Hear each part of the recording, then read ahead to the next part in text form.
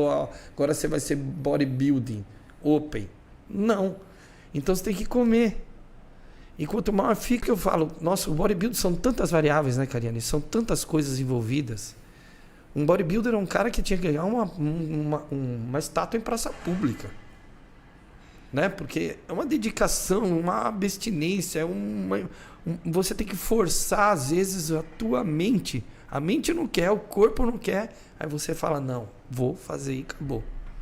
Um atleta que eu achava muito forte, não sei se você chegou a ver os treinos, era o Bispo. O Bispo me assustava com a força dele. O Bispo, eu competi com ele na Ilhabela. Eu competi 2 campeonatos. Eu era ousado, né? Porque quando eu comecei a competir, eu me empolguei tanto que eu não estava nem aí como é que era o campeonato. Os campeonatos eram abertos, sem peso, sem uma categoria só, open. Então, não misturava veterano, master, sênior, estreante, todo mundo junto. Até porque não tinha tanto atleta assim para dividir. Exatamente. Eu ia lá competir. Ah, tem campeonato lá? Eu vou. Eu estava em off, apertava a dieta uma semana, eu vou. Eu virei bodybuilder para quê? Para subir no palco. Eu competi com o Bispo 2 vezes. E nesses 2 campeonatos, quem ganhou, o Bispo ficou em segundo. Quem ganhou foi o Jadson. Um atleta que era excepcional, que desapareceu, né? Isso. Qual o Jadson? O Jadson, aquele que a gente chamava de Chuck, lembra? Ele tinha o pescoço torto, assim, ó. Então a gente chamava de Chuck, o brinquedo assassino. Era o Chuck. Sumiu. Esse tinha um potencial. Ele era da São Giovanni, da atleta do Júnior.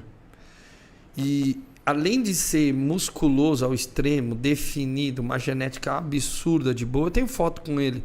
Depois eu vou mandar para você. E ele era muito forte. O cara fazia terra com 260 quilos, supino com 180. Atleta bom da São Giovanni também, na minha opinião, era o Rony Batista, lembra? Nossa. Muito bom. O Rony, eu estava no campeonato ibero-americano no Rio de Janeiro, na UERJ, quando ele ganhou o ibero-americano. Estava lá. E ele tirou... Foi uma coisa que todo mundo ficou naquela dúvida, assim, ele tirou a bandeira do Brasil de dentro da sunga, né? E todo mundo na época falou assim, e aí, isso foi uma homenagem ou isso foi um desrespeito de botar a bandeira dentro da sunga, né? Ficou uma coisa assim, e agora o que a gente faz? Será que ele vai ser penalizado? Não vai? Tava na clara que ele tava guardando a bandeira. Era uma homenagem. Era uma homenagem, claro. Na hora que o cara ganhou, todos os atletas dos outros países, porque quando era o ibero-americano... Eu queria saber qual foi a mágica que ele conseguiu guardar uma bandeira na sunga. Exatamente. Véio. Todo mundo falou, onde é que tava isso? Você entendeu? Todo mundo se surpreendeu na hora que ele pega e tira a bandeira. Tipo assim, ele ia fazer... Caramba, você colocou essa bandeira para caber uma bandeira desse tamanho ainda. Exatamente. Por isso que todo mundo ficou naquela e agora. Isso daí foi um desrespeito ou não? Acabou não dando em nada. Mas naquele campeonato ibero-americano no Rio, foi em 97, lá na UERJ, né? Foi muito...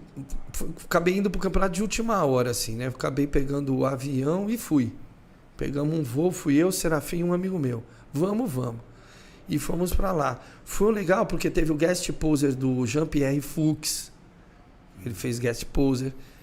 Ainda era ibero-americano, então veio atleta dos Estados Unidos, veio atleta do México. Tanto que o campeão overall foi um mexicano, que era monstruoso, um mexicano acima de 100 quilos.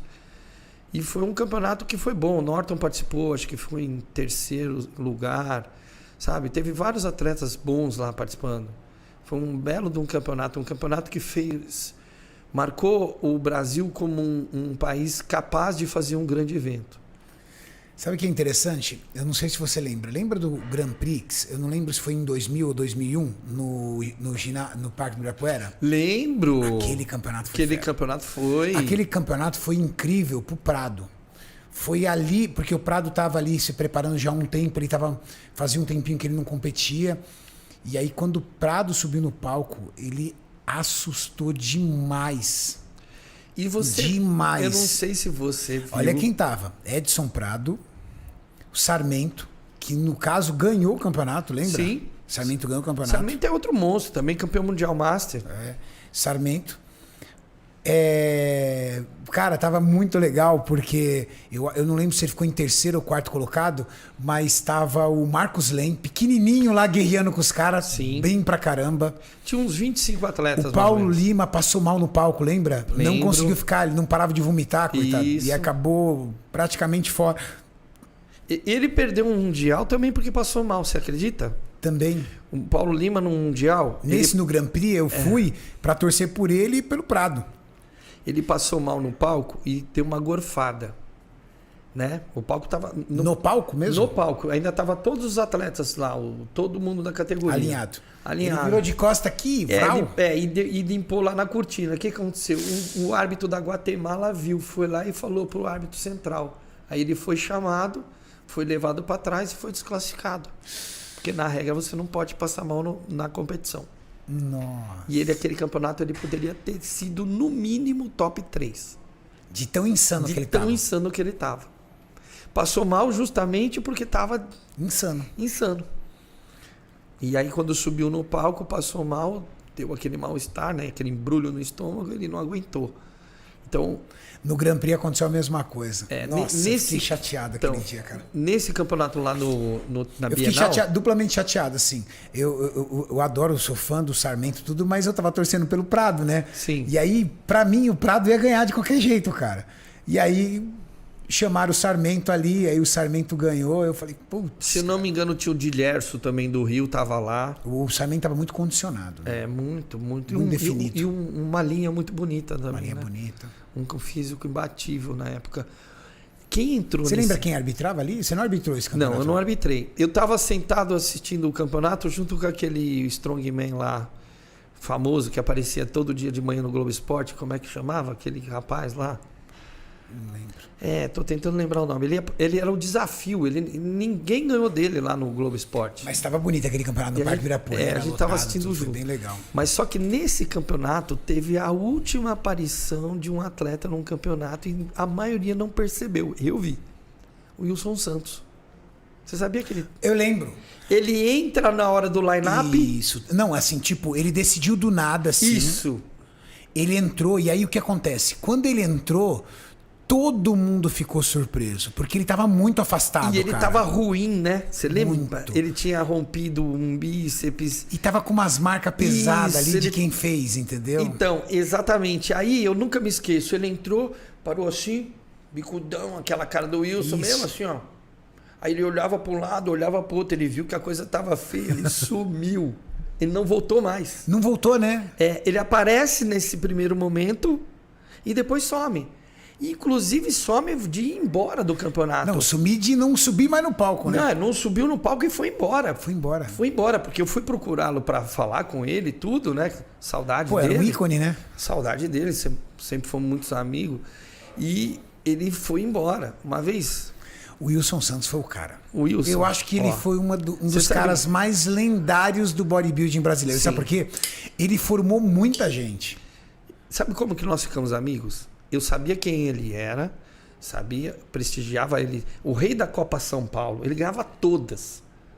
Eu tinha até na minha secretária eletrônica, lembra quando tinha secretária eletrônica em casa? Eu tinha uma música gravada na hora de atender lá, que o Wilson Santos pousou num campeonato na Copa São Paulo, de tão emocionante que era ver o Wilson, né? A música dele ficou gravada e eu pus na minha secretária. O Wilson foi um cara que, tipo, ele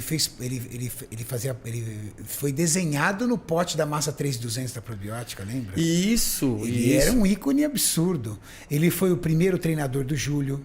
Ele foi o treinador do Paulo Lima. De vários? O Paulo Lima, ele era o mestre do Paulo Lima. Muito do que o Júlio aprendeu, principalmente naquela época, veio do Wilson Santos. O Wilson. Então o Wilson Santos, ele teve assim uma influência muito grande nessa geração, né? Sim. Não só como atleta, mas como preparador de atletas. Porque o Wilson, ele também foi um dos pioneiros aí para os campeonatos mundiais e ibero-americanos. Então, quando os atletas iam para esses eventos, eles adquiriam novos conhecimentos. Conversando com os atletas de lá. Porque não só conversando, porque alguém aparecia querendo vender alguma coisa. Então, o que é isso? Ah, isso é para isso é para aquilo. Então, Quando eles voltavam no Mundial, eles voltavam com a bagagem cheia de conhecimento novo para aplicar aqui. Então eram muito procurados. E eu sabia que era o Wilson, né? Era super fã do Wilson, né? Quer ver, Gil? Coloca aí o Wilson Santos e Júlio Balestrin. Por quê? Porque quando o Wilson Santos foi esquecido do fisiculturismo, literalmente esquecido, o Júlio, num tributo a ele, foi atrás dele, buscou ele. Sim. E contratou ele para Max Titânio e colocou ele para treinar o Júlio para as competições do profissional do Júlio antes do Júlio ir pro Kuwait. Sim, foi sensacional. O Júlio lutou muito para levantar ele. O Júlio tem uma gratidão muito grande pelas pessoas que ajudaram ele. Uma gratidão muito grande. E aí ele foi lá, buscou e colocava pode colocar põe no YouTube da Max Titânio